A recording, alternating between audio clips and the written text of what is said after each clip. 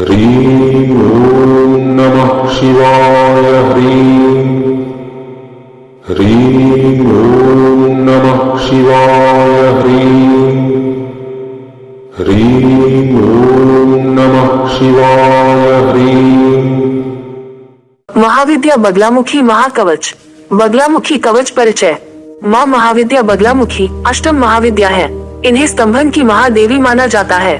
भगवान ब्रह्मा विष्णु महेश जरूरत पड़ने पर इनकी साधना करते हैं। इसी कारण इन्हें ब्रह्मास्त्र ब्रह्म विद्या भी माना जाता है। ये स्तंभन की महादेवी होने के कारण इनकी कवच अभेद्य है। इनके कवच को प्रयोग कर त्रिदेव जैसी शक्तियों को भी रोका जा सकता है। कलयुग में माता बगलामुखी का विशेष कृपा पाना बहुत ही आसान है। माता अपने भक्तों की साधना से बहुत जल्द प्रसन्न हो जाती है। आज मैं आप लोगों को माता बगलामुखी की एक बहुत ही शक्तिशाली कवच प्रदान कर रहा हूँ। ये कवच अनंत कालों से गुरु परंपरा में चलता आ रहा है। वैसे तो हर साधक को ये कवच सिद्ध करना ही चाहिए। जिनके इस देवी माँ बगलामुखी है उन्हें तो निश्चित ही ये सिद्ध करना चाहिए। जो आगे माता बगलामुखी साधना आदि करना चाहते हैं उन्हें भी ये सिद्ध कर लेना चाहिए, क्योंकि बिना कवच सिद्ध किए माता पीताम्बरा का साधना नहीं कर सकते। कवच साधना विधि। दीक्षा। साधक को इस कवच को करने से पहले इसकी दीक्षा लेना है। दीक्षा का कोई शुल्क नहीं है। आप अपने श्रद्धा और सामर्थ्य अनुसार दक्षिणा प्रदान कर दीक्षा प्राप्त कर सकते हैं। दीक्षा लेने हेतु आप दिए गए व्हाट्सएप नंबर पे मैसेज कर संपर्क करें। साधना से पूर्व दीक्षा लेके सबसे पहले मंत्र को अच्छे से याद रख लेना चाहिए। बिना दीक्षा लिए कोई इस साधना को ना करे। साधना विधि। इस साधना को आप शुक्रवार या रविवार की रात को शुरू करें। रात 9 बजे के पश्चात इस साधना को आरंभ कर सकते हैं। सबसे पहले नहा के 9 बजे तक तैयार हो जाएं। पीला या सुनहरा रंग का वस्त्र परिधान करें। ये साधना आप अपनी पूजा कक्ष या कोई साफ एकांत कमरे में कर सकते हैं। साधना का सभी सामग्रियों को इकट्ठा साधना स्थान पर रखें। फिर साधना आरंभ करें। आसन धारण। आसन मंत्र पढ़ के प्रणाम कर अपने आसन पे बैठें। आसन मंत्र मैं पहले से कई बार बता चुका हूँ। आसन विद्या के बारे में संपूर्ण जानकारी हेतु पुराने अपलोड वीडियो को देखें। इस साधना में आसन पीले रंग का होना चाहिए, अतः आप अपने सिद्ध आसन पे पीले रंग के कपड़े बिछा के बैठें। ये साधना उत्तर दिशा की ओर मुख कर किया जाता है।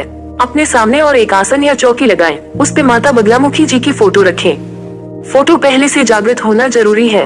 फोटो कैसे जागृत किया जाता है उसके ऊपर पहले से ही चैनल में वीडियो अपलोड है, आप उसे देख जान सकते हैं। पवित्रीकरण। आसन पे बैठने के बाद सबसे पहले पवित्रीकरण करें। पवित्रीकरण करने हेतु अपने बाएं हथेली पे थोड़ा जल लीजिए। दाहिने हाथ की सभी उंगलियों को उसमें डूबा कर रखें। फिर पवित्रीकरण का मंत्र पढ़ें। मंत्र पढ़ के दाहिने हाथ की उंगलियों से थोड़ा थोड़ा पानी अपने ऊपर, पूजन सामग्रियों के ऊपर तथा अपने चारों ओर छिड़क दीजिए। इस प्रक्रिया से आप सभी पूजन सामग्री तथा पूजा स्थल पवित्र बन जाता है। पवित्रीकरण के बारे में मैं पहले से कई बार विस्तार से बता चुका हूँ। आप चैनल पे उपलब्ध दूसरे वीडियो को देख जान सकते हैं। गुरु दीक्षा के पश्चात आप इस मंत्र का उपयोग कर सकते हैं। आचमन। पवित्रीकरण के पश्चात आचमन करें। आचमन करने के लिए 1 चम्मच पानी अपने दाहिने हथेली पे लीजिए। उसे देख मंत्र एक बार पढ़ें। फिर उसे पी लीजिए। फिर दोबारा 1 चम्मच पानी अपने दाहिने हथेली पे लेके मंत्र एक बार पढ़ के पी लीजिए। फिर तीसरी बार ऐसे ही करें। दाहिने हथेली पे 1 चम्मच जल लेके मंत्र एक बार पढ़ के पी लीजिए। ऐसे 3 बार करना है। पहली बार में भाव रखे अपना शरीर पवित्र बन गया, दूसरी बार में अपना मन पवित्र बन गया, तीसरी बार में अपनी आत्मा पवित्र बन गया। चौथी बार फिर दाहिने हथेली पर 1 चम्मच जल ले, एक बार मंत्र पढ़ के उसी पानी से अपने दोनों हाथ धो ले, फिर अपने अंगूठे से होंठ पोंछ लीजिए। आचमन के बारे में भी मैं पहले से ही काफी बार विस्तार पूर्वक बता चुका हूँ। आप चैनल पे अपलोड दूसरे वीडियो को देख जान सकते हैं। शिखा बंधन। आचमन के बाद शिखा बंधन करें। दाहिने हाथ के अनामिका उंगली को सर के पिछले हिस्से में जहाँ चोटी छोड़ी जाती है वहाँ रखें। फिर 3 बार मंत्र पढ़ें। शिखा बंधन करने से आपकी जाप चोरी नहीं होती या किए गए जाप ब्रह्मांड में यूं ही विलीन नहीं होता। जाप सुरक्षित रहता है और साधक को किए गए जाप का पूर्ण परिणाम मिलता है। इसी कारण ही लोग कपड़ा बांध या कपड़े से सर ढक के साधना करते हैं। वैसे शिखा बंधन के बाद इसकी कोई जरूरत नहीं। आप चाहे तो पीले रंग के कपड़ा सर पे बांध सकते हैं। प्राणायाम। अब कुछ देर प्राणायाम करें। दाहिने नासारंध्र को बंद कर बाएं नासारंध्र से सांस लीजिए। फिर बाएं नासारंध्र को बंद कर दाहिने से सांस छोड़े। दूसरी बार इसकी उल्टा करना है। अब दाहिने से सांस लीजिए, बाएं से छोड़े। इसी तरीके से 11 बार सांस लीजिए। बाएं हाथों की अंगुलियों से काउंट करें। एक बार बाएं से ले तो दूसरी बार दाहिने से ले। बाएं से लेके दाहिने से छोड़े, दाहिने से लेके बाएं से छोड़े। प्राणायाम करने से अपने ऊर्जा का संतुलन बनता है। नकारात्मक ऊर्जा और सकारात्मक ऊर्जा एक दूसरे के परिपूरक हैं। इसे बैलेंस करके रखना बहुत जरूरी है। इससे मन और शरीर के बीच एक तालमेल बना रहता है और आप अच्छे से मंत्र जाप कर पाते हैं। क्लेशनाशन क्रिया। अब 3 कर्पूर 3 लोग मिला के जला दें। इससे वातावरण में मौजूद सभी नकारात्मक ऊर्जाएं साधना स्थल से दूर भाग जाते हैं और वातावरण शुद्ध हो जाता है। आप निडर होकर साधना कर सकते हैं। दीप धूप जलाएं। पूजन में सबसे पहले आप ज्योत मंत्र पढ़ के दीपक जलाएं। दीपक घी का जलाएं। उसमें कुछ पीले सरसों के दाने डाल दें। दीपक की बाती को हल्दी पाउडर में रंग दीजिए। फिर दीप प्रज्वलित करें। साथ ही 5 चंपा की अगरबत्ती जलाएं। पूजन। आप पूजन आरंभ करें। पूजन में गुरु, गणेश, ईष्ट, बगलामुखी माता का पंचोपचार पूजा देना है। सबसे पहले गुरु पूजन करें। 11 बार गुरु मंत्र पर साधना हेतु गुरु से आज्ञा और आशीर्वाद लें। गुरु मंत्र गुरु दीक्षा के पश्चात मिल जाता है। फिर आद्य पूज्य गणेश जी की पूजा करें। 11 बार गणेश मंत्र पढ़ के साधना हेतु गणेश जी की आज्ञा और आशीर्वाद लीजिए। फिर अपने ईष्ट देवता की पूजा करें। 11 बार ईष्ट मंत्र पढ़ के साधना हेतु ईष्ट की आज्ञा और आशीर्वाद लीजिए। गुरु, गणेश, ईष्ट देवता की पूजन पश्चात माता बगलामुखी जी की पूजन करें। बगलामुखी पूजन। मैं यहाँ आपको सिर्फ माता बगलामुखी जी की पूजन के बारे में बता रहा हूँ। आपको इसी तरीके से ही पहले गुरु, गणेश, ईष्ट की पूजन देना है। आवाहन करें। सबसे पहले बगलामुखी माता की आवाहन करें। आवाहन करने हेतु दाहिने हथेली पर थोड़ा जल और चावल लें। बोले, हे माता बगलामुखी, मैं आपका पुत्र आपका आवाहन कर रहा हूँ। आप जहाँ कहीं भी हो कृपया यहाँ आइए, अपना स्थान ग्रहण कीजिए और अपना पूजा स्वीकार कीजिए। जल और चावल किसी कटोरी पे या बगलामुखी जी की तस्वीर के नीचे छोड़ दीजिए। अपने हाथों से तस्वीर या आसन दिखाए। उन्हें स्थान ग्रहण कर आसन धारण करने के लिए कहें। पैर धुल दीजिए। फिर बगलामुखी माता का स्नान कराए या पैर धुल दीजिए। 1 चम्मच पानी किसी कटोरी पे डालिए। मन में भाव रखें कि आप बगलामुखी जी का पैर धुल दे रहे हैं। इसे साधना समाप्त होने के बाद आप चरणामृत रूप में पी सकते हैं। वस्त्र प्रदान करें। फिर उन्हें वस्त्र प्रदान करें। कलावा का छोटा सा टुकड़ा काट के किसी कटोरी पे डाल दीजिए या पीले कपड़ा फोटो को चढ़ाए। मन में भाव रखें आप बगलामुखी जी को कोई सुंदर कपड़ा भेंट कर रहे हैं। साथ ही बोले, मैं आपको वस्त्र प्रदान कर रहा हूँ। सुगंधी प्रदान करें। फिर उन्हें सुगंधी प्रदान करें। बोले, मैं आपको सुगंधी समर्पित कर रहा हूँ। मन में भाव रखें कि आप बगलामुखी जी को सुगंधी लगा दे रहे हैं। रुई के छोटे से टुकड़े में चंपा की सुगंधी लगाकर किसी कटोरी में डालें। पुष्पांजलि दे। फिर पुष्प प्रदान करें। बोले, हे बगलामुखी माता, मैं आपको पुष्प प्रदान कर रहा हूँ। फिर चंपा, कनेर, गेंदा के पुष्प किसी कटोरी में या माता जी की तस्वीर के नीचे डालें। फिर सिंदूर, चंदन, हल्दी चढ़ाएं। आप चंदन समर्पित करें। मन में भाव रखें आप माता बगलामुखी जी को चंदन का तिलक करा रहे हैं। बोले, हे माता जी, मैं आपको चंदन समर्पित कर रहा हूँ। फिर माता जी के तस्वीर पे चंदन का तिलक करें या 1 चुटकी चंदन किसी कटोरी में डालें। इसी तरीके से फिर सिंदूर प्रदान करें। फिर हल्दी प्रदान करें। भोग दे। पहले चावल प्रदान करें। बोले, हे माता जी, मैं आपको अक्षत प्रदान कर रहा हूँ। फिर 1 चम्मच चावल किसी कटोरी पे डालें। भाव वही रखे आप माता जी को चावल भेंट कर रहे हैं। फिर बगलामुखी माता को भोग में पीले लड्डू, दूसरी पीले मिठाई आदि का नैवेद्य प्रदान करें। भोग में पीले मिठाई या लड्डू जरूर दे। बोले, हे माता जी, मैं भोजन हेतु नैवेद्य प्रदान कर रहा हूँ। मन में भाव रखे काफी तरीके के पकवान नैवेद्य से आप माता जी को भोजन करा रहे हैं। फिर भोग को किसी कटोरी में डालें। पीने हेतु पानी दे। फिर पीने हेतु जल प्रदान करें। 1 चम्मच पानी किसी कटोरी पे डालें। मन में भाव रखें भोजन के बाद आप माता जी को पीने हेतु जल प्रदान कर रहे हैं। साथ में बोले, हे माता बगलामुखी, मैं आपको पीने हेतु पानी समर्पित कर रहा हूँ। अर्घ्य दे। फिर हाथ धोने के लिए अर्घ्य पात्र से अर्घ्य दे। 1 चम्मच पानी या अर्घ्य पात्र से थोड़ा पानी किसी कटोरी में डालें। भाव रखें कि भोजन के बाद आप माता जी का हाथ धूल दे रहे हैं। धूप दीप दिखाए। फिर दीपक दिखाए। फिर धूप बत्ती दिखाए। क्लॉकवाइज यानी बाएं से दाएं की तरफ जय माँ पीताम्बरा, जय माँ बगलामुखी बोलते हुए माता के जागृत फोटो को 3 बार दीपक दिखाए, 3 बार धूप दिखाए। साधना हेतु आज्ञा आशीर्वाद लीजिए। फिर साधना मंत्र जाप हेतु उनसे आज्ञा और आशीर्वाद ले।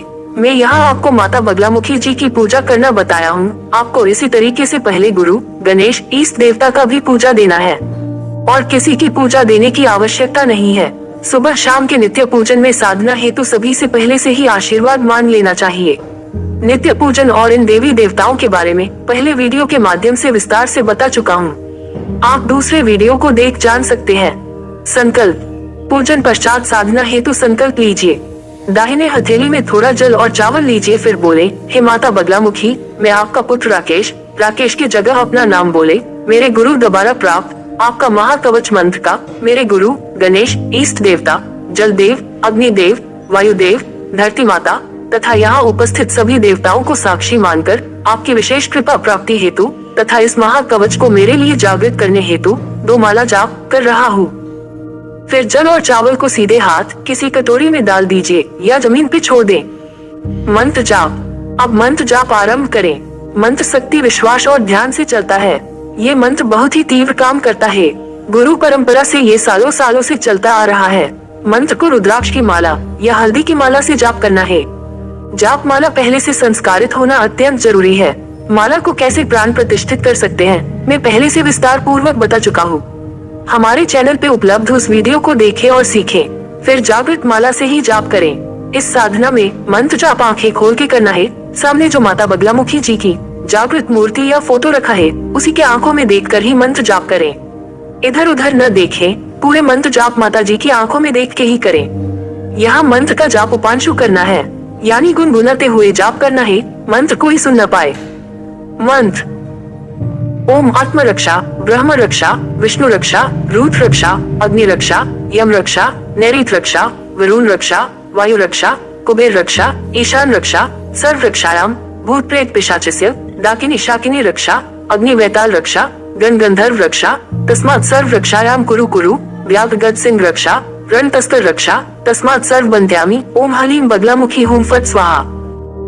ये मंत्र बहुत ही शक्तिशाली मंत्र है। ये अभेद्य कवच है, इसे कोई भेद भी नहीं सकता। सिद्ध करने के पश्चात प्रयोग मात्र से ही ये असर दिखाना शुरू कर देता है। ब्रह्मास्त्र जैसी अस्त्र भी इसके सामने फीका पड़ जाता है। मंत्र में बताई गई सभी काम ये स्वतः संपन्न कर देता है। बस आपको भक्ति और श्रद्धा से इसे करने की जरूरत है। इसका 2 माला जाप करना है। जाप समर्पण। मंत्र जाप खत्म होने के बाद आप इस जाप को माता बगलामुखी जी को समर्पित करें।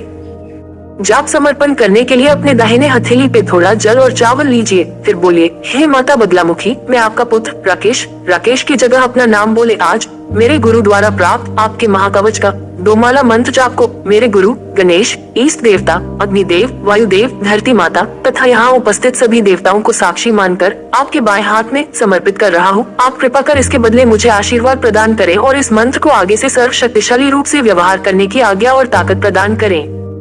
क्षमा याचना। जाप समर्पण के पश्चात जाने अनजाने में हुए सभी दोष त्रुटि हेतु क्षमा याचना करें।